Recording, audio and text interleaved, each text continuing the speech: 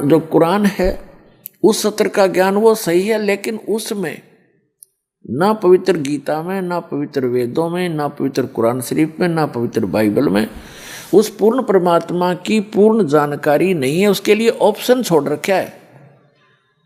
पवित्र श्रीमद् भगवद गीता अध्याय नंबर 4 के श्लोक नंबर 34 में, पवित्र यजुर्वेद अध्याय नंबर 40 के मंत्र नंबर 10 में, और पवित्र कुरान शरीफ के सूरत फुरकानी 25 आयत नंबर 52 से 59 में ये स्पष्ट कर रखा है कि वेद ज्ञानदाता, गीता ज्ञानदाता और कुरान शरीफ का ज्ञानदाता कह रहा है कि वो अल्लाहु अकबर यानी वो पूर्ण परमात्मा तो कोई और है जिसने 6 दिन में सृष्टि रची, 7वें दिन तख्त पर जा बैठे, जो सबका उत्पादक है।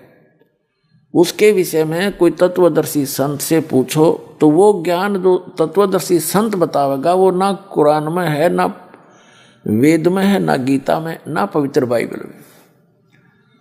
तो वो है कंप्लीट स्पिरिचुअल नॉलेज जो इनके अंदर नहीं है। तो ये जितने भी हैं ग्रंथ ये इनकम्प्लीट ज्ञान रखते हैं, और इनका ज्ञानदाता भी इनकम्प्लीट गॉड है, कंप्लीट गॉड नहीं है, पूर्ण परमात्मा नहीं है। इतनी सी बात। तो ये जो अब आपको ज्ञान प्राप्त है उस कंप्लीट गॉड के द्वारा दिया हुआ, पूर्ण परमात्मा के द्वारा दिया गया ज्ञान है। आज दास आपको उनका दिया हुआ ज्ञान एज ए टेप रिकॉर्डर सुना रहा है, और उस परमात्मा की कृपा के बिना अन्य इसको समझ नहीं सके। इस दास के समझ में आया। तो अब क्या होगा? अब हजारों वर्षों तक ये ज्ञान चलेगा, पूरे विश्व में शांति होगी। ये माया को इकट्ठी करने की जो दौड़ लग रही है, आग लगी पड़ी है प्रत्येक प्राणी के अंदर, ये इस ज्ञान से शांत होगी। अब पुण्यात्मा, आज जैसे किसी के पास कार है, कोठी है, और सैकड़ों हजारों की एकड़ जमीन खरीद कर डाल रखी है, और चाहे वो प्रधानमंत्री बना हुआ है, चाहे सारी पृथ्वी का भी राजा है, और बहुत धन इकट्ठा करके सोने से सबसे भर रखे हैं उन्हें बैंक वगैरह, और कल मृत्यु होगी और परसों गधा बन जाएगा, खा के ये जीवन उसका। तो बिना ज्ञान के गोबर के भूंड की तरह हम गोबर इकट्ठा करते करते मर जाते हैं, पर सब्र नहीं हमारे। तो इस ज्ञान से सब्र होगा, इस ज्ञान से आत्मा हट जाएगी इससे कि क्या कर रहा हूं मैं, करना क्या चाहिए था, कहाँ डले ढो रहा हूं, ऐसे अनमोल जीवन को बर्बाद कर रहा हूं। तो ये एक बार पूरे विश्व में अब शांति होगी। सभी जल रहे हैं, किसी को सब्र नहीं और कोई सुखी नहीं। अब जैसे आपको बहुत बार बताया है कि दास एक बार गोवा गया हुआ था। गोवा समुद्र के किनारे एक शहर बसा हुआ है गोवा, वो प्रांत भी है गोवा। तो वहाँ क्या देखा, वहाँ एक सत्संग किया था हमने, और जहाँ सत्संग स्थल था, सत्संग के बाद घूमने के लिए हम, साथ ही समुद्र था, तट समुद्र का, वहाँ चले गए। वहाँ क्या देखा, फॉरेनर यानी विदेशी स्त्री पुरुष वहाँ उसके साथ साथ रेत में अपने बिछा बिछा के बस्तर या कोई वैसे लेटा हुआ था, रेत में लेटे हुए थे, एक अंडरवियर में पैर के, और उनसे बात की। एक आधे भक्त ने, हमने तो अंग्रेजी आवन थी, तो कहते आनंद आ रहा, आनंद यहाँ इनको। तो उसने बताया कि ये कह रहे हमें यहाँ आकर शांति प्राप्त होती है, और वो बता कि वहाँ हमारे बड़े बड़े बिल्डिंग हैं, फैक्ट्रियाँ चलती हैं, सैकड़ों नौकर, हजारों हमारे नौकर हैं। नमन में बड़ी हंसी आई है, दाता दया तेरी, देखिए रेत में सुख फिर वो डले क्यों ढोए तुमने, जहाँ सुखे नहीं आग आग इकट्ठी कर ली। तो जो सुख उनको वहाँ मिला उन कोठी और बंगला में नहीं है, वहाँ तो आग लगी पड़ी है। और आग क्यों लगी है उन कोठी बंगलों में? क्योंकि भक्ति नहीं है। तो पुण्यात्माओं, फिर ये बात समझ में आओगी उनके। अभी तो वो वहाँ छोड़कर यहाँ समुद्र का किनारा आवे सुख प्राप्ति के लिए, और खाक सुख और रेत में के सुख है। 10 मिनट पाछे फिर 2 दिन पीछे फिर उस आग में चलना हो न जा करके। अगर जब सुख इतना होकर के ही है, सब कुछ त्याग कर एक लंगोट बांध कर सुख है, तो पहले से सीमित हो जाओ तुम। घर पे भी सुख हो जाएगा। तो ये आपको दास ये ज्ञान देना चाहता है कि केवल कबीर साहब परमात्मा ने बताया है पूर्ण ब्रह्म ने, साईं इतना दीजिए जिसमें कुटुंब समावे, हम भी भूखे ना रहे अतिथि ना भूखा जावे। ये धन मांगो और भक्ति करो डट के, और फिर आपको जो भी आवश्यकता होगी इस संसार की भौतिक आवश्यकता जो आपकी होगी भगवान ढेर लगा देगा आपका आगे, अगर आवश्यकता पड़ी तो।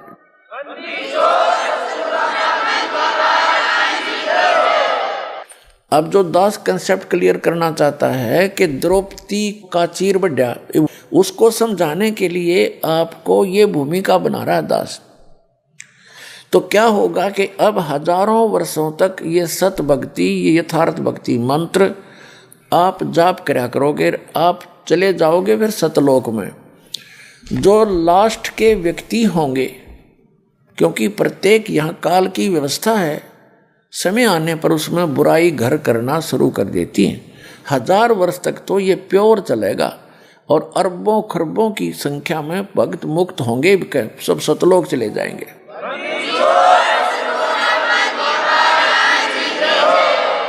और फिर जो बाद के बचेंगे वो भगत तो होंगे, लेकिन उनमें बुराइयां घर कर जाएंगी, फिर वो पार नहीं हो सकेंगे। और उनके पीछे इस भक्ति से, क्योंकि ये यथार्थ भक्ति है, ये मूल मंत्र हैं, और ये भक्ति धन बहुत ज़्यादा संग्रहित हो जाता है थोड़े ही सुमन से, तो वो भक्ति धन उनके साथ होगा। फिर ये काल उनकी कैसे दुर्गति करेगा, जैसे आपको प्रथम मंत्र दिया जाता है उसमें श्री ब्रह्मा जी, विष्णु जी, शिव जी और दुर्गा जी, गणेश जी, इनकी मजदूरी दी जाती है। यह कोई पूजा नहीं है। पुण्यात्माओं, हम इस स्पिरिचुअल नॉलेज को बिल्कुल नहीं समझ पाए, हमारे को अध्यात्म ज्ञान कति नहीं था। हमने जैसे किसी से बैंक से लोन ले रखा है और उसका लोन हमने उतारना है, तो हम उसकी पूजा थोड़ी कर रहे हैं। शहर से देवाएंगे तो हम इंसान नहीं, तो फिर इंसान भी नहीं, हम करते हो नहीं निभा रहे अपना। ऐसे ही जैसे हमारा कोई बिजली का टैक्स है और हम बिजली खर्च कर रहे हैं तो उसका बिल भरना ही है। हम जाएंगे वहाँ नमस्ते करते हैं, वहाँ के कैशियर से जो लेता है या अधिकारियों से मिलते हैं, उनको प्रणाम करते हैं, सभ्यता से पेश आते हैं। तो हम उनकी पूजा करने नहीं जाते, हम अपना ऋण देने जाते हैं, जबकि टैक्स भी भरते हैं और प्रणाम भी करते हैं, क्योंकि सभ्यता यही कहती है। तो इसी प्रकार हम इन ब्रह्मा विष्णु महेश के ये जो हमारे ऊपर ऋण है, क्योंकि इनके लोक में हम रह रहे हैं, ये हमने इस मजदूरी दे देकर इनसे राहत प्राप्त करनी है। ये सिर्फ इतना काम है। और जब हम यहाँ से स्वदेश चलेंगे तो हमारे शरीर में कमल बने हुए हैं, कमल बीन ये बैरियर हैं आत्मा के लिए सतलोक जाने में, बाधाएं हैं। तो वो बाधाएं इन मंत्रों से क्लियर पाएंगी आपकी, फिर आप पहुंचोगे त्रिकुटी पे। हमारे शरीर में कमल हैं, मूल कमल है, जैसे बैकबोन है रीढ़ की हड्डी, इस ये जा करके लास्ट में गुदा के पास समाप्त होती है, और उस जहाँ ये एंड होता है इसका अंदर की तरफ, हमारे शरीर के अंदर की तरफ, इसके 2 उंगल ऊपर लगभग 1 इंच ऊपर एक कमल की शकल की, कमल के आकार की आंतड़ियां बनी हुई हैं, जैसे कमल के फूल के पत्ते होते हैं, आंतड़ियों की ऐसी निशान से हैं। अब तो भक्ति है नहीं आपकी, तो वो ऐसे चिपके हुए हैं जैसे खाली ब्लेडर होता है।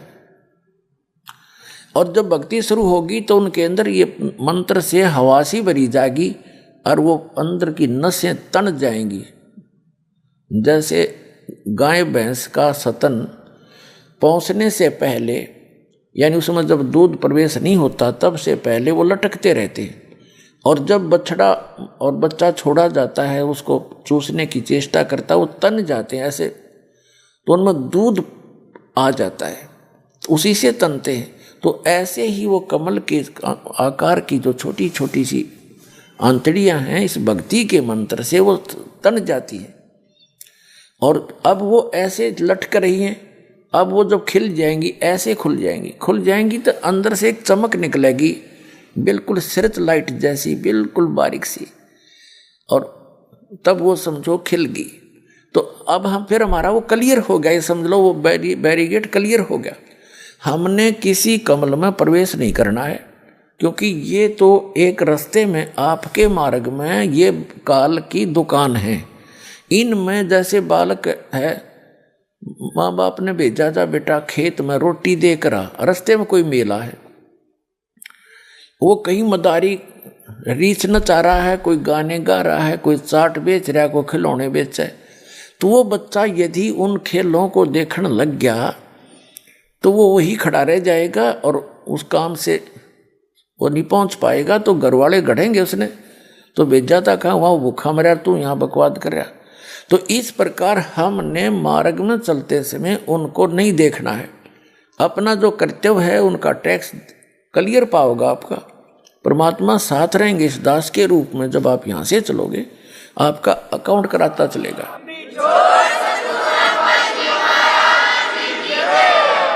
तो वहां आपको बहुत सा प्रलोभन दिया जाएगा कि आपका तो बहुत पैसा बच गया है, यहाँ पर आपका तो बहुत कमाई शेष है, देखो यहाँ पर ठाठ करो, ये करो, वैसे। तो आपने हाथ जोड़ लेने ना, इस छोड़ो इस कमाई ने, तो वो कमाई फिर वो क्या करेंगे, आपकी सतलोक जाने वाले अकाउंट में डिपॉजिट कर देंगे, अगर आप वहाँ उसके लोक में प्रवेश नहीं करोगे। ये तो रेस्टोरेंट खोल रखे इन्होंने, आपसे टैक्स लेते हैं, आपकी पूंजी नष्ट करवा देते हैं। जितने भी स्वर्ग हैं ये रेस्टोरेंट है। तो फिर आप जाओगे, इसके ऊपर है फिर सावित्री और ब्रह्मा जी का कमल है। अब जैसे ये चैनल होते हैं ना, टीवी में चैनल होते हैं, तो कार्यक्रम तो कहीं और हो रहा है और हम देख रहे हैं टीवी पे। अब जैसे आजकल बिजनेस भी हो रहा है, इंटरनेट से हो जाता है, ऐसे ही समझो। तो वो कहीं और है मार्केट, लेकिन इंटरनेट से आजकल बिजनेस के भी लेन देन हो करके सौदा बेचा और परचेज हो रहा है, ऐसे ही समझो तुम। तो ये तो एक इंटरनेट का सिस्टम है हमारे शरीर के अंदर, उस गॉड का, परमात्मा का। फिर उसके बाद हम नाभि कमल में विष्णु और लक्ष्मी जी का एक कमल है, उसकी 8 पंखड़ियां हैं, सावित्री ब्रह्मा वाले की 6 पंखड़ियां हैं। फिर ये दोनों सतनों के बीच में यहाँ एक कमल है, रीढ़ की हड्डी के साथ चिपका हुआ।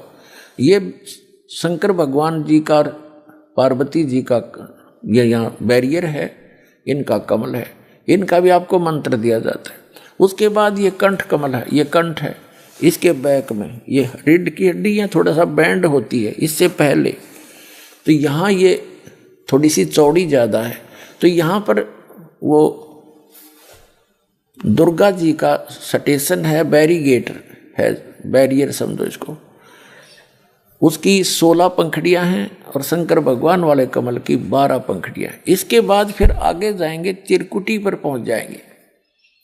त्रिकुटी तो एक कॉमन इंटरनेशनल एयरपोर्ट समझ लो, वहाँ तो सभी साधक जाते हैं। वहाँ जाने के बाद फिर उनको 3 रास्ते हो जाते हैं, त्रिवेणी बोलते हैं उसको, 3 रास्ते। तो उस त्रिवेणी का जो सामने वाला रास्ता वो ब्रह्म रंध्र कहलाता है, बीच वाला वो किसी से नहीं खुलता, वो केवल इस दास से प्राप्त मंत्र से, जो परमात्मा कबीर जी ने दिया है, उससे ही खुल सकता है, सतनाम से। तो जो सारा कुछ दास जो बताना चाहता आपको कि फिर क्या होगा, जो पार नहीं हुए वो क्या करेंगे, उनके ये मंत्र बच जाएंगे, कमाई उनके साथ होगी, पार वो हुए नहीं। अब जैसे कोई व्यापारी है और पैसा लेकर पैसा कमा लिया उसने और फिर पड़ गया गलत आदत में, तो जितनी कमाई करी थी होटलों पे, बदमाशी में, फिल्म देखने में, ठाठ करने में बर्बाद कर देता है। तो जो भक्त यहाँ रह जाएंगे उन्हीं में से ये काल ऊपर स्ट्रोक करेगा। इसने इस ब्रह्मलोक के अंदर एक ब्रह्मांड में ब्रह्मलोक बना रखा है।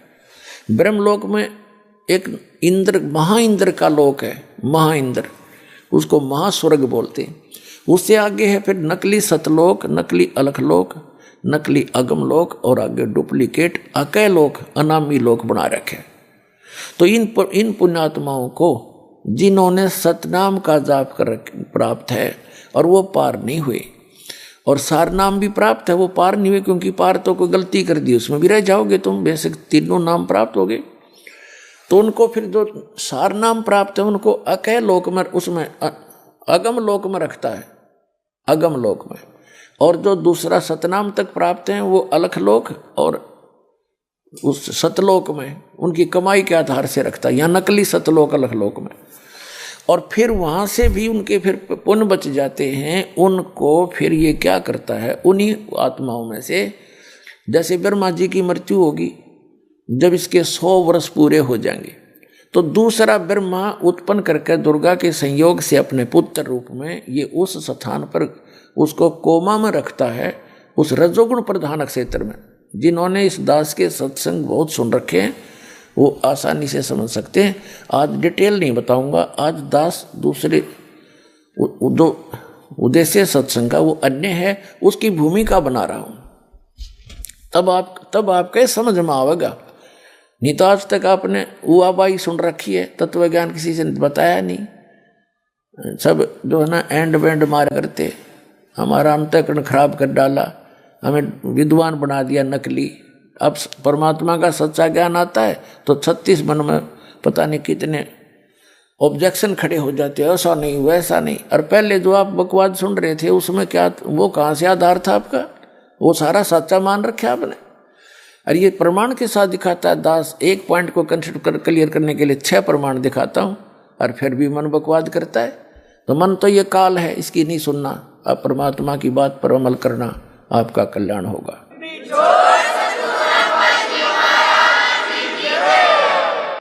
तो फिर ये क्या करता है, जैसे फिर 7 ब्रह्मा की मृत्यु के बाद एक विष्णु जी की मृत्यु होती है, तब उन्हीं पुण्यात्माओं में से जो अब भक्ति करेंगे, ये सही भक्ति कर लेते हैं, इनकी पार होते नहीं, इनके पास भक्ति धन जो का त्यों रह जाता है, उन्हीं में से फिर ये विष्णु जी बना तैयार करके रखेगा, उसको विष्णु के पद पर रख देगा। फिर 7 विष्णु की मृत्यु के बाद एक शंकर जी की मृत्यु होगी, तमोगुण शंकर की।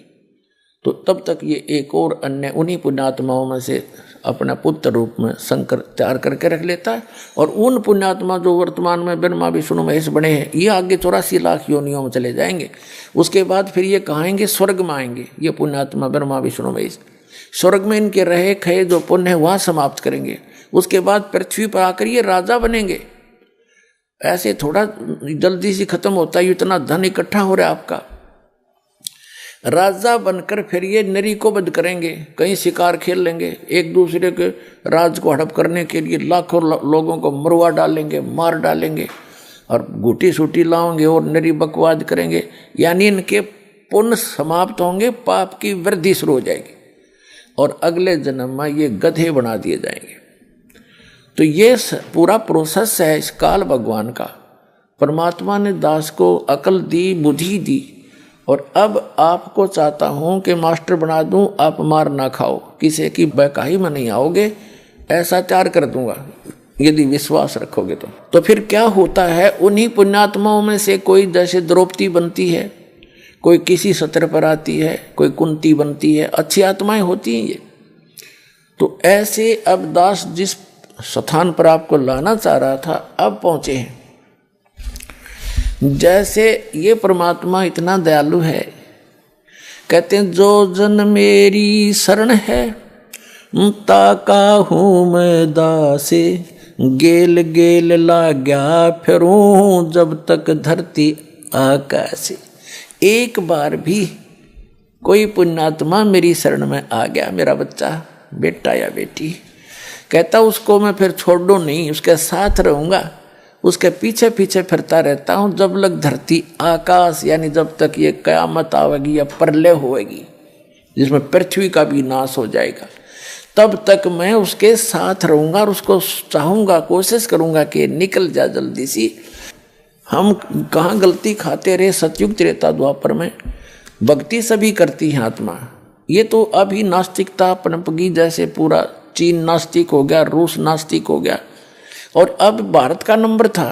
जब ये भक्ति शुरू ना होती 100 वर्ष के बाद भारत भी कंप्लीट नास्तिक हो जाता, क्योंकि इतने नकली पंथ चल पड़े, इनसे लाभ कुछ हो नहीं रहा, सभी थक चुके, ना कोई सुख हुआ, ना आध्यात्मिक लाभ ना भौतिक लाभ होता। तो अब कुछ दिनों में ये सभी नास्तिक हो जाते, कुछ ना रखा भगवान भगवान में। तो यही कारण था कि जैसे चीन पूरा महात्मा बुद्ध को मानते थे और उनके पूर्वज जो थे उनके अनुयायी बन गए, उनके द्वारा बताई सब क्रियाएं करते थे, उससे कोई उनको तो लाभ हुआ तो नहीं, लेकिन पूर्व जन्म के ओपन कर्मी थे उनसे लाभ होता रहा। तो वो ये सोचा करते थे कि हम जो साधना कर रहे हैं उससे लाभ हो रहा है। उसके बाद जो उनके वंशज फिर और आगे आए, वो भक्तिहीन प्राणी थे, साधना वही करते थे जो उनके पूर्वज करते थे, उनको कोई लाभ हुआ नहीं, साधना से होना ही नहीं था, क्योंकि चार्जर ठीक नहीं था, वो मंत्र सही नहीं थे। तो फिर बाद वाला ने न्यू सोच लिया कोई भगवान भगवान नहीं है और ये सब बकवाद बंद करो। तो उन्होंने कंप्लीटली बैन लगा दिया, राम की चर्चा नहीं करनी। तो यही भारत का दशा होती, क्योंकि भारत दो एक यूनिवर्सिटी है अध्यात्म मार्ग की, सदा से ये स्थान ऐसा है। भारत कोई अलग नहीं है विश्व का, विश्व सारा एक ही है, लेकिन ये स्थान विशेष है उस परमात्मा का, जहाँ वो आते हैं विशेष भक्ति प्रदान करते हैं। सतयुग त्रेता द्वापर तक हमारे पूर्व जन्म के पुण्य हमारे साथ चलते रहे, क्योंकि जो दास बता रहा आपको, कलयुग के अंदर ये भक्ति होती है, फिर ये ऊपर चले जाते हो, वहाँ अपने स्वर्ग में महास्वर्ग में पुण्य खत्म करके फिर सतयुग में जन्म लेते हो पुण्यात्माएं। अब सतयुग त्रेता द्वापर तक उनके पुण्य काल बार बार जन्म देकर उनको नष्ट करवा देता है, और वो पहले साधना कर रहे होते हैं शास्त्र विरुद्ध। तो उससे भी उनको ये लगता है कि हम जो ये साधना कर रहे हैं इसी से लाभ हो रहा है, या भूल थी उनकी। अब जैसे पुण्यात्माओं या परमात्मा की वाणी में आया है कि बेसम पिता और द्रोणाचार्य ये कर्ण से बाणों मारे और महाभारत में टटीरी के रखे, वहाँ घंटा टूट पड़ा रे। अब जैसे एक टटीरी पक्षी थी, वो पिछले जन्म की पुण्यकर्मी प्राणी थी, और परमात्मा पक्षी रूप में भी पुण्यकर्मी प्राणी जो अपने मनुष्य जीवन का जो संस्कार पूरा करके पशु जुनी में भी चली गई थी वह, तो वहाँ भी उसने पुकारा, उसका कोई पुण्य शेष था तो वहाँ भी रक्षा करी थी उसकी। अब वो टटेरी ना तो राम न जाने थी ना कृष्ण ने, और ना ब्रह्मा को ना विष्णु को, ना उसने कोई मंत्र का पता था। उसने हृदय से पुकार करी है भगवान मैंने तो यहाँ अपने बच्चे उत्पन्न कर दिए अंडे। अरे इधर एक टटीरी पक्षी था, उसने अंडे उत्पन्न कर दिए महाभारत के उस मैदान में, कुरुक्षेत्र के मैदान में जहाँ महाभारत होना था, युद्ध होना था कौरव पांडवों का। तो उसने अंडे उत्पन्न कर दिए, तो देखा इधर से चारों तरफ से सेना आकर इकट्ठी होने लगी। तब उसने पुकारा है भगवान मेरे बच्चों की रक्षा करिए। तो परमात्मा ने इंद्र के हाथी का घंटा टूट गया, 88,000 मन बताते, 88,000 मन का, और वो अंडों के ऊपर आकर टिक गया, बीच में अंडे सुरक्षित। कहते अग्निबाण छूटे, वहाँ पर ना जाने कितनी जनता मर गई, और कति अग्निबाण वहाँ चले, नो आग सी लगी थी। 18 अक्षौणी सेना, 11 कौरवों की और 7 पांडवों की, 7 करोड़ अक्षौणी, तो 18 करोड़ सेना कटका मर गई, लेकिन टटीरी के अंडों को कोई आंच नहीं आई। तो अब कोई न्यू सोचा कि जो वह भक्ति करे थी, उसने रामकृष्ण का भी ना पता था, हृदय से पुकारा, तो उसका जो पूरा संस्कार था उसको भी वो पूर्ण परमात्मा ही देता है। श्रीमद् भगवत गीता अध्याय नंबर 15 के श्लोक नंबर 16 और 17 में 3 पुरुष हैं। एक सरपुरुष, ये तो ब्रह्म है ज्योत स्वरूपी निरंजन काल 21 ब्रह्मांड का स्वामी, और अक्षर पुरुष है, ये 7 संघ ब्रह्मांड का मालिक है, ये भी इनकम्प्लीट गॉड है। और उत्तम पुरुष है तू अन्य, गीता जी के 15वें अध्याय के 17वें श्लोक में, उत्तम पुरुष है तू अन्य परमात्मा इति उदाहरते, ये लोग तरम अविश्य विवृत्ति अवैश्वर है। उत्तम पुरुष तो इन दोनों से सरपुरुष और अक्षर पुरुष है, कोई और है, और वही तीनों लोकों में प्रवेश करके सबका धारण पोषण करता है, और वही वास्तव में अविनाशी है, वही परमात्मा कहने योग्य है। तो वो कौन है? वो परम अक्षर ब्रह्म है। 8वें अध्याय के प्रथम मंत्र में अर्जुन ने पूछा कि आप जी ने 7वें अध्याय के 29वें मंत्र में श्लोक में गीता जी में जो तत्ब्रह्म की बताया है, वो तत्ब्रह्म को जानकर सारे अध्यात्म से परिचित व्यक्ति और सभी कर्मों से परिचित व्यक्ति केवल जरा और मरण से, बुढ़ापे के दुख से और मृत्यु के इस कहर से बचने के लिए, छूटने के लिए प्रयत्न करते हैं। जो उस तत्ब्रह्म को जान चुके होते हैं वही यहाँ की कोई वस्तु की डिमांड नहीं करते। तो अर्जुन ने पूछा 8वें अध्याय के प्रथम मंत्र में, फिर किम तत्परम, वो तत्परम कौन है, क्या है? 8वें अध्याय के 3रे श्लोक में गीता ज्ञानदाता ने कहा कि वो परम अक्षर ब्रह्म है। तो वो परम अक्षर ब्रह्म है। तो गीता जी के अध्याय नंबर 15 के श्लोक 17 में कहा उत्तम पुरुषत्व है, ये परम अक्षर ब्रह्म है और यही तीनों लोकों में प्रवेश करके सबका धारण पोषण करता है। जब भी इन ब्रह्मा विष्णु महेश पर भी आपत्ति आती है, क्योंकि ये भी तो उसी के बच्चे हैं, इसी की साधना करके ये इस पद को प्राप्त है, तो इसका इन अनुवादा किया है कि जो जन मेरी शरण है ताका हूं मैं दास, और गेल गेल लाग गया फिरो जब तक धरती आकाश है। तो पुण्यात्मा जो दास आपको बताना चाहता था कि जैसे आप जी को ये भ्रम था कि मैं छोटी मोटा कोई सुख शांति आपको प्राप्त है और आप सोच रहे थे मैं माता की पूजा करता हूँ या हनुमान जी की करता हूँ या विष्णु जी की करता हूँ या कोई और किसी संत की शरण में जाकर शास्त्र साधना प्राप्त हो, और आप सोचते हो मुझे उस संत से लाभ मिला है, ये आपकी भूल है, अध्यात्म ज्ञानहीनता है। उनसे लाभ हो ही नहीं सकता आपको। अरे ऐसे लाभ तो टटीरी को मिल गए जो कुछ भी भक्ति ना करे थी। ये बताना चाहता दास कि वो कौन सी भक्ति कर रही थी, वो पूर्व संस्कार से ही मिला उसको। कहते हैं वहां उसके बच्चों की रक्षा करती और करने वाला वही है, ये याद रखना। कौन है वो? अल्लाह अकबर है। वो अल्लाह बड़ा, अल्लाह अकबर माने बड़ा भगवान, अल्लाह कबीर, यानी हम उसको पूर्ण परमात्मा, परम अक्षर ब्रह्म, उत्तम पुरुषत्व वो कहते हैं। वही सबके काम सारता है, उनके संस्कार वश भी वही आकर के वो पूरे करता है। कहते हैं सोचल छिद्र मैं करूं अपने जन के काज। अब जैसे दास आपको बताना चाहता है कि दुर्योधन और दुशासन को द्रौपदी चीर उतारे, अंधे को कोपीन दी थी। ये है सुख संवेद जो दास आपको सुनाने जा रहा है, जो परमात्मा से प्राप्त। आदरणीय गरीबदास साहिब जी ने अपना एफिडेविट दिया, बोला अमृतवाणी से सुना रहा, उनकी अमृतवाणी से, कि अंधे को कोपीन दी थी और बढ़ गए अंत पारे। अब ये द्रौपदी कौन? ये भी उसी की बेटी, उस परम अक्षर ब्रह्म की। उसने कभी इस भक्ति युग में, सतयुग, इस कलयुग के भक्ति युग में जो भक्ति की हुई थी पार हुई नहीं, निर्भाग यहीं रहेगी हैं। और फिर वो ऊंचे ऊंचे लोकों में रही, फिर वहां से। अब जैसे दुर्गा जी ने श्राप दिया था ब्रह्मा जी को और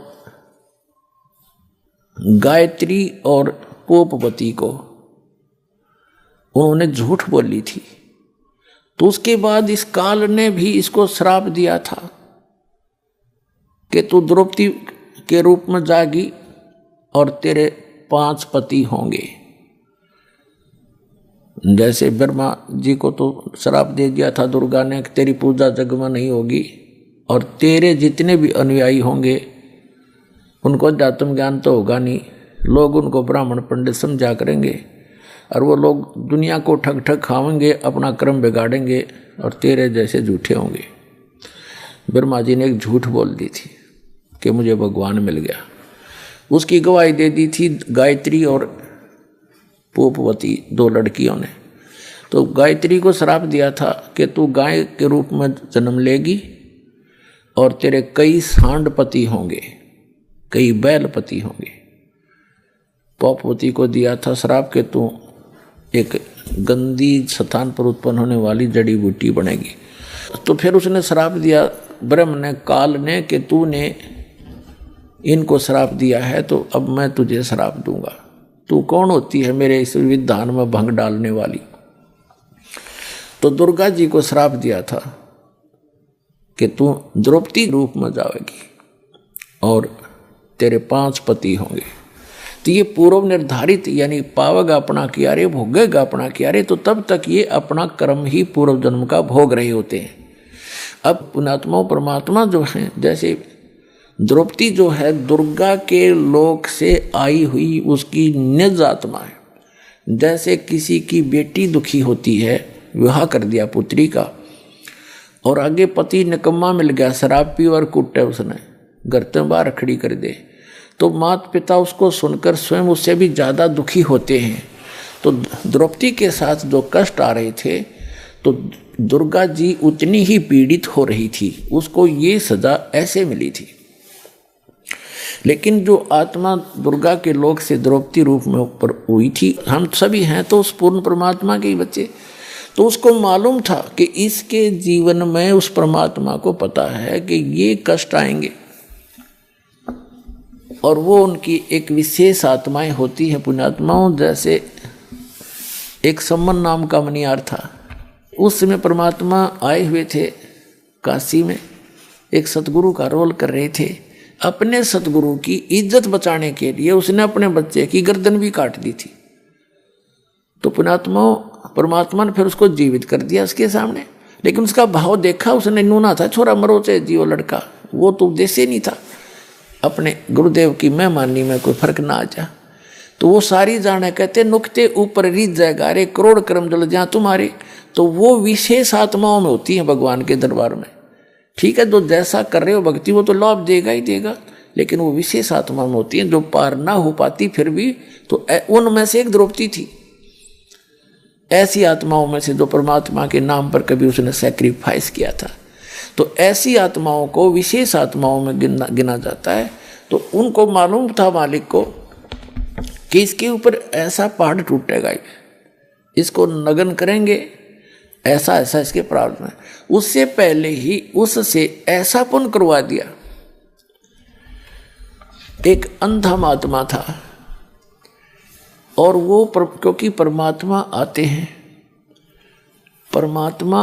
हैं और सत भक्ति वही बताते हैं, कभी भी आ जाते हैं वो और किसी रूप में, जैसे साधु संत के रूप में, और ऐसी विशेष आत्माओं को वो ज्ञान देते हैं, उनको भक्ति बता देते हैं, वो साधना करने लग जाते हैं। जैसे कहीं पर भी प्रकट हो जाते हैं साधु रूप बना के, बहुत से प्रमाण हैं उन महापुरुषों को मिले, गरीबदास जी को मिले साधु रूप में आके भक्ति बता गए, और नानक साहब जी को मिले, गुरु नानक को मिले एक संत रूप में आकर के और सत भक्ति बता कर चले गए।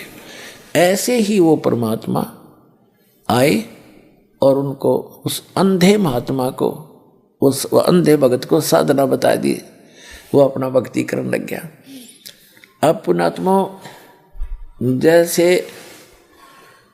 एक सुदर्शन नाम के सुपच थे, सुपच माने शेड्यूल कास्ट में, वाल्मीकि के घर जन्म था उनका, और वो परमात्मा जैसे द्वापर युग में स्वयं भी आए हुए थे करुणामय नाम से। तो सुदर्शन जी उनके शिष्य थे। अब पांडवों की यज्ञ का प्रकरण बाद में सुनाएंगे आपको, ये लंबा प्रकरण हो जाता है। तो सुदर्शन जी को निमंत्रण दिया गया था जब उन पांडवों की यज्ञ पूर्ण नहीं हुई थी। तो सुदर्शन जी ने उसको कह दिया था, भीम जो निमंत्रण देने आया था, कि भी तुम्हारी यज्ञ में मैं नहीं जा सकता, क्योंकि तुमने तक घोर पाप कर रखा, करोड़ों आदमी मार डाले हैं, करोड़ों बहन विधवा होगी, कई करोड़ बच्चे अनाथ कर दिए, तुम तो रक्त सना राज्य कर रहे हो, तुम्हारे घर का अन्न जो खाएगा सीधा नरक जाएगा। तो परमात्मा से आकर के अपने गुरु जी रूप में आए थे भगवान कबीर जी, करुणामय नाम से द्वापर युग में सुदर्शन जी ने कहा था कि भगवान ऐसे ऐसे, उस युधिष्ठिर राजा का भाई भीम आया था और मैंने उसको ऐसे ऐसे बोल दिया, गलत तो नहीं कह दिया भगवान। परमात्मा ने कहा कबीर जी ने, करुणामय जी ने, कि बेटा बिल्कुल सही कहा, आपने बिल्कुल सही कहा, और बच गए बढ़िया रहेगा, ना तो नरक है मेरा, वहाँ जो रोटी खाओगा नरक में जाएगा, और वो फिर आओगे बेटा, उनका यज्ञ पूरा ना हो। तो सुदर्शन जी ने सोचा तू खिसक ले यहाँ तक। सुदर्शन जी तो चले गए सैर सपट्टे को अपनी झोपड़ी छोड़ के, और पांडवों ने ताना ही था। कृष्ण जी लाए, फिर उनको दोबारा अब सुनाऊंगा कथा बाद में, पहले एक आपका कंसेप्ट क्लियर करना चाहता हूँ जो दास आपको सुनाने जा रहा है, क्योंकि ये इतना मार्मिक ज्ञान है आपने आज तक सुना ही नहीं, और वो अधूरा ज्ञान आपके अंदर खचाखच भरा हुआ है, इनकम्प्लीट, और वो जब तक निकलेगा नहीं इसे उदाहरण दिए बिना। तो सुदर्शन जी चले गए, उधर से कृष्ण भगवान उन सबको लेकर गए कि तुम चलो और हाथ पैर जोड़ो, सुदर्शन को लाओ, उसी से तुम्हारा कल्याण होगा। सुदर्शन जी तो झोपड़ी छोड़ के वहां स्वयं परमात्मा कबीर जी सत्य पुरुष, अमर पुरुष, परम अक्षर पुरुष सुदर्शन रूप बना कर बैठ गए। तब पांडवों का यज्ञ पूर्ण किया।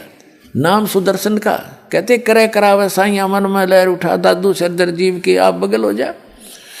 तो उसको महिमा की भूख नहीं मालिक को, वो तो समृद्ध है। और महिमा बनी सुदर्शन की, काम किया खुद दाता ने। ऐसे ही समझो वो जो अंधा महात्मा था भक्त, वो परमात्मा आते हैं, जैसे करुणा में रूप में भी आए हुए थे, तो उनसे मिले, उनको ज्ञान दिया। उस भक्ति से वो अपनी भक्ति कर रहा था, सत भक्ति कर रहा था अंधा महात्मा।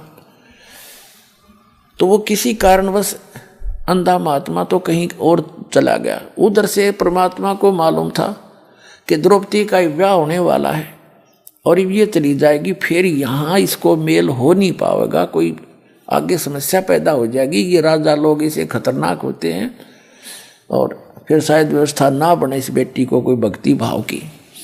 और वो श्री कृष्ण जी को अपना गुरु मान बैठी थी। आगे चल के विवाह होने के बाद उसने श्री कृष्ण जी को अपना गुरु बना लिया। उससे पहले, विवाह से पहले की बात है, तो राजा द्रौपद ने गंगा के किनारे पर, गंगा दरिया के किनारे पर एक लेडीज घाट बना रखा था।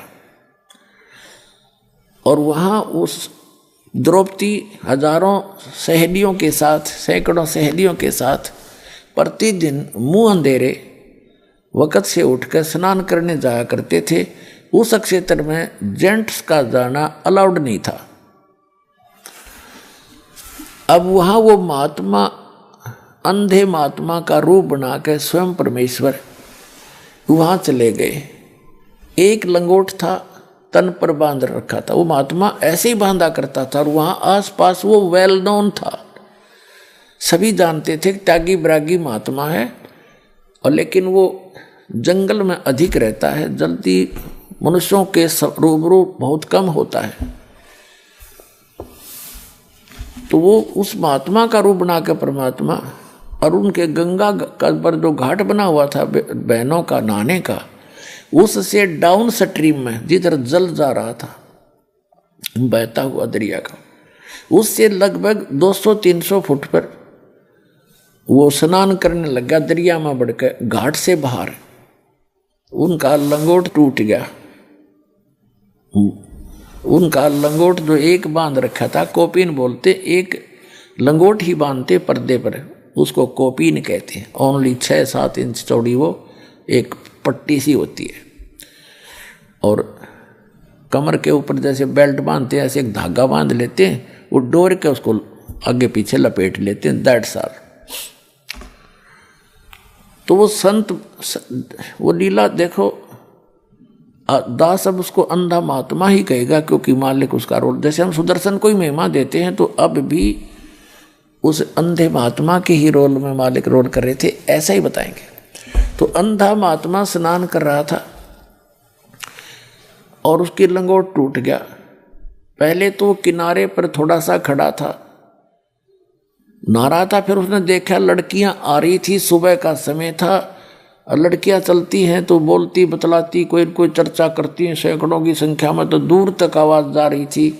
महात्मा जी ने सोचा कि आप तो गलत आ गया, मैं तो यहाँ कोई लेडीज घाट दिख है।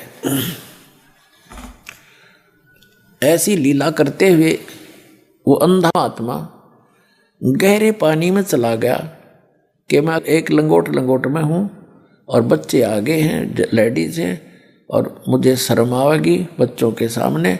वो इतने पानी में चला गया और वहाँ अपना स्नान कर रहा है। कुछ देर में क्या हुआ, कैसे मलते मलते उसकी वह लंगोट टूट गया, वह कोपीन भी जल में प्रवाह होगी चली गई। अब वो निवस्त्र हो गया। अब उस द्रौपदी जब किनारे पर पहुँचे, देखा आसपास एक साधु स्नान कर रहा है, और जो पुण्यात्मा होती है उनको भगत दिख जा या कोई साधु रूप में दिख जाओ, भी भगत ही होता है, भगवान का प्यारा जो मालिक को याद कर रहा होता है। तो उसके लिए उसकी एक विशेष तरफ बनती है। तो द्रौपदी ने सोचा महात्मा है और भगवान की चर्चा करेंगे इससे। जब ये स्नान करके बाहर आ जाएगा तब तक हम भी स्नान कर लेती हैं। उन्होंने ऐसा सोचकर वो स्नान करने लगी। घंटा आध घंटा उन लड़कियों को लगा। नहाकर कपड़े बदल कर वो खड़ी हुई, देखा महात्मा चला तो नहीं गया। तो उसने क्या देखा कि वो महात्मा ना स्नान कर रहा है और इन दोनों बाजुओं से नीचे तक पानी में गंगा में खड़ा है और हाथ ऐसे मार रहा है जैसे कोई चीज ढूंढ रहा हो।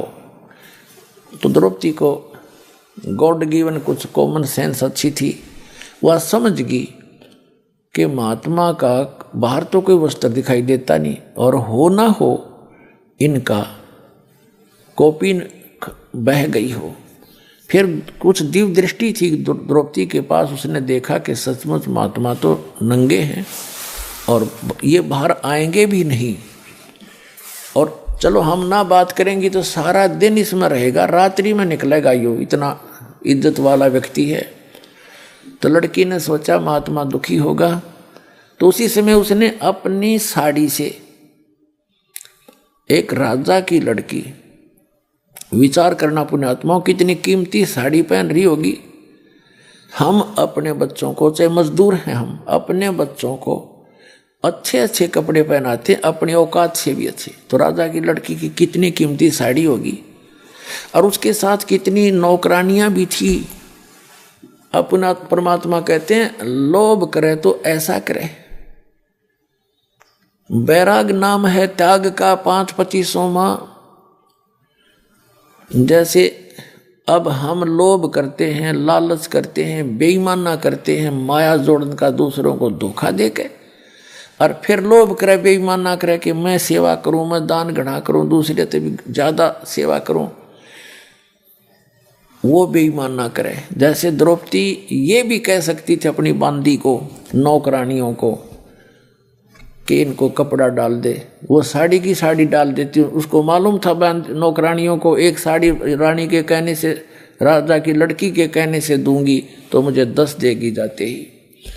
लेकिन उसने वो भी चांस उनको नहीं दिया। द्रौपदी ने स्वयं अपनी साड़ी का एक बिल्हात, एक गट बोले हैं ना पंजाबी में, हिंदी में बिल्हाट, देसी भाषा में, यानी 9 इंच के लगभग साड़ी पाड़ी अपनी और उस पानी में बहा दी। अगर महात्मा का हाथ लग जाएगी, हाथ ऐसे मार ही रहे थे वो पानी में, तो क्या देखा वो नहीं लगी, हाथ साइड से निकल गई।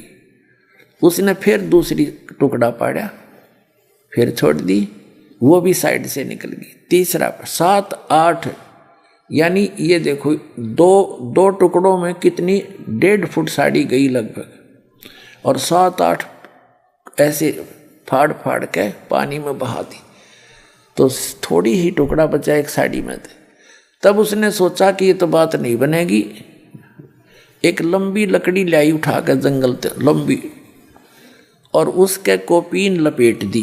कौपीन आकार की साड़ी का कपड़ा लपेट के और धीरे धीरे जाकर जहाँ महात्मा हाथ मार रहा था उसके निकट कर दी। तो उस महात्मा के हाथ लगी। हाथ लगते ही उसने देखा, भगवान का शुक्र मनाया, ये भगवान बड़ी दया करी आपने, दाता आप तो इसमें दरिया में भी मेरी इच्छा पूरी कर दी। फिर उसने सोचा था कोई वैसे स्वाभाविक कपड़ा आ गया होगा, चीथड़ा पाटा हुआ कोई कतर सी। फिर उसने देखा कि नहीं, ये तो बहुत कीमती साड़ी है और साड़ी का टुकड़ा प्रॉपर वैसे किसी ने भेजा है। तो कोई बहन बेटी ने, इन्हीं में से किसी ने दया करी है। तब आशीर्वाद दिया उसने कि हे बेटी, आज तने मेरी इज्जत राखी, मेरा पर्दा रखा, भगवान तेरी इज्जत रखे और तने घणाए देवे। कहते साधु बोले सहज सुबह, और जो चावे सो कर दे। अब जब तो उस लड़की का को नहीं ध्यान रहा कि एक टुकड़ा साड़ी का दिया था, उसको तो अनगिन साड़ियाँ पड़ी थी। लेकिन जब उसका विवाह हो गया उस लड़की का, द्रौपदी का, और पांडव जो है राज हार गए जुए में कौरवों से, और अंत में चाल खेली। क्योंकि एक दिन द्रौपदी ने, राजा युधिष्ठिर ने उसका शीशे का महल बनाया था, शीश महल, उसमें शीशे लगा रखे थे। और दुर्योधन को आमंत्रित किया।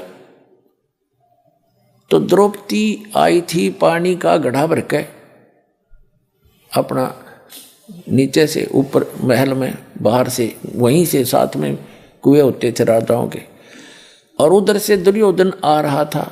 दुर्योधन की टक्कर लगी शीशे में, शीशे की दीवार थी, उसने दिखा पारदर्शक थी, उसने दिखा को ना और अच्छी तरह गिर गया जड़ाम देसी। द्रौपदी हंसन लगी।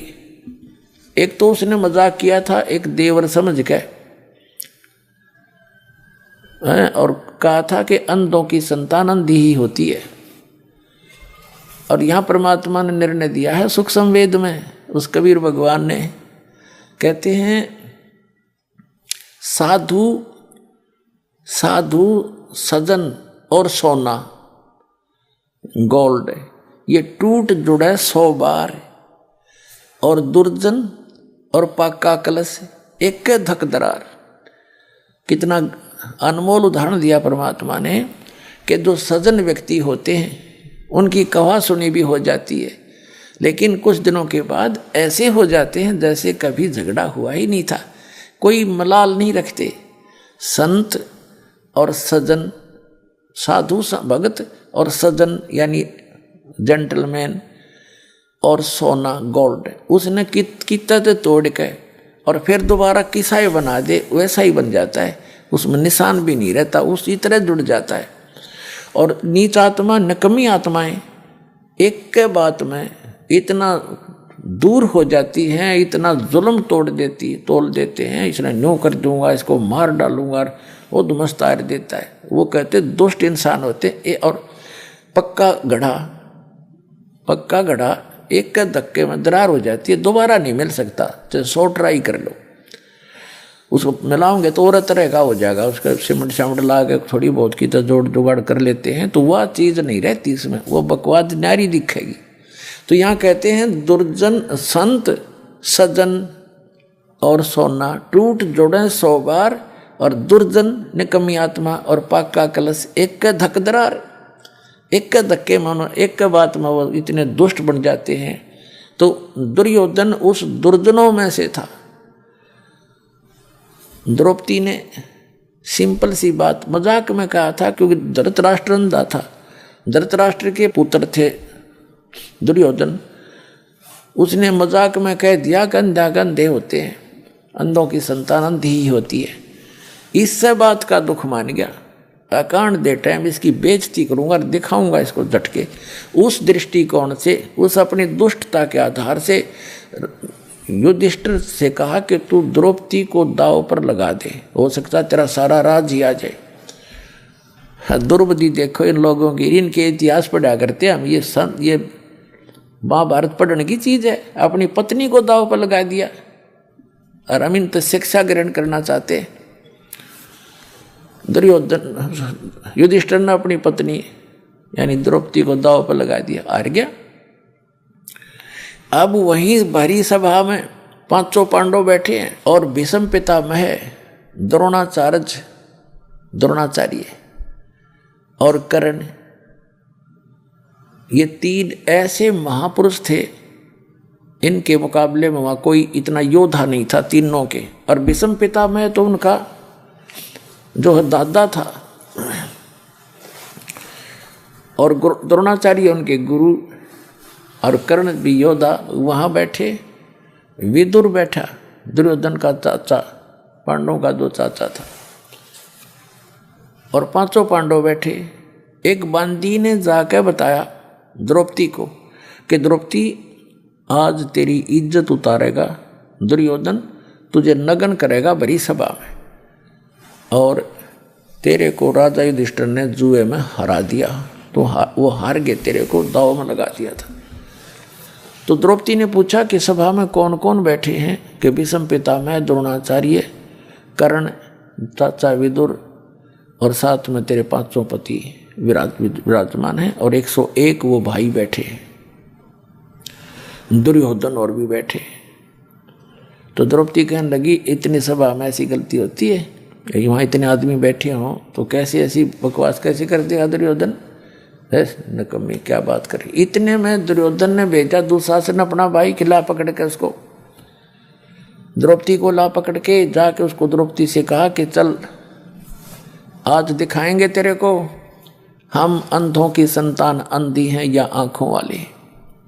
पकड़ के बाल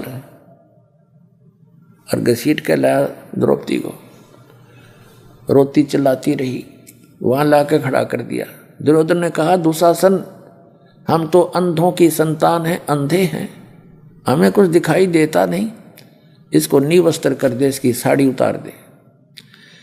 अब ज्यों ही दुशासन उसके साड़ी उतारने के लिए आगे बढ़ा तो उसने पहले तो देखा अपने 500 पतियों की ओर।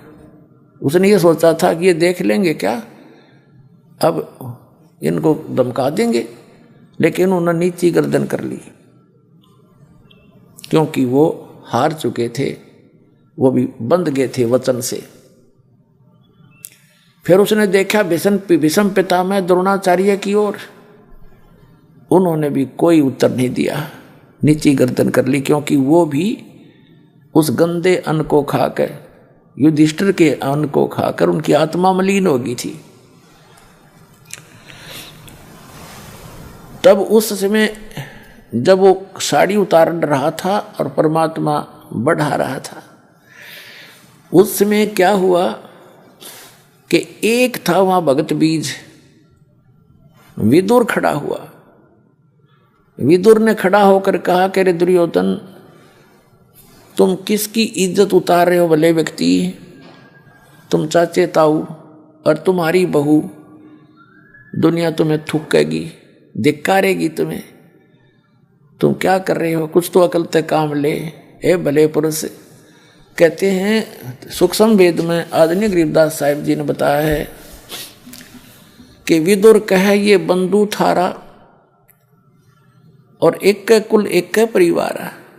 विदुर के मुख पर लगा थपेड़ा कि तू तो है पांडवों का चेहरा, तू तो है बांदी का जाया, और भीष्म कर्ण और द्रोण मुस्काया। अब देखो कितना निर्णायक ज्ञान दिया है सूक्ष्म वेद के अंदर, जो गॉड गिवन है, कंप्लीट पूर्ण परमात्मा का दिया हुआ, complete God given, complete spiritual knowledge.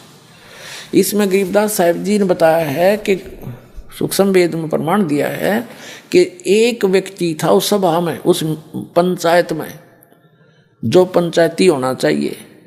पंचायती अगर कहीं पंचायत में गया है और सत्य की बात कहे, न्याय की बात कहे, कोई नाराज रहे चाहे राजी रहे, उसकी बात को नहीं मानता है तो पंचायत छोड़कर चला जाना चाहिए, वहाँ रहने में भी दोषी हो जाता है।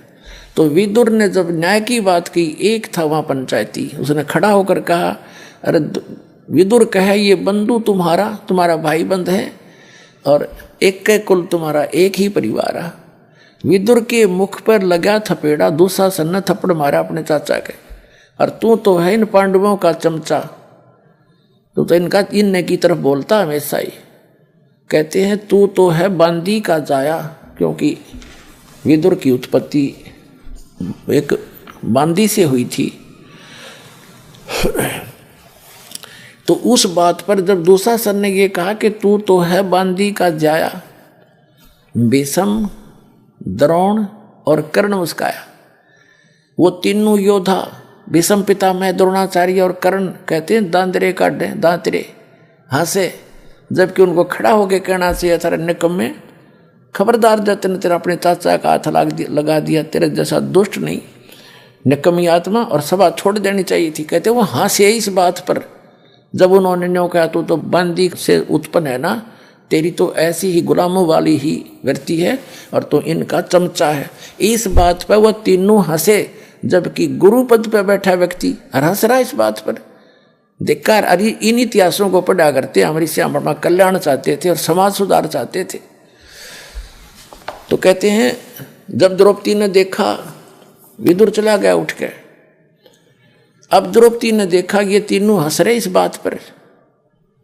अपनात्माओं, जो आज दास ने कथा सुनाई थी गज और गरा की, हाथी और मगरमच्छ की, जब तक उन्होंने अपने अंगे का प्रयोग किया वह दुखी रहे, और जब उन्होंने मालिक याद किया तो फैसला हो गया उनका।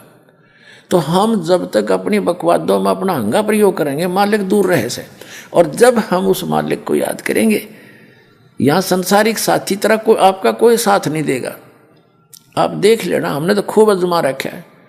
जब हम मालिक की शरण में आते हैं तो उसी को पुकारें।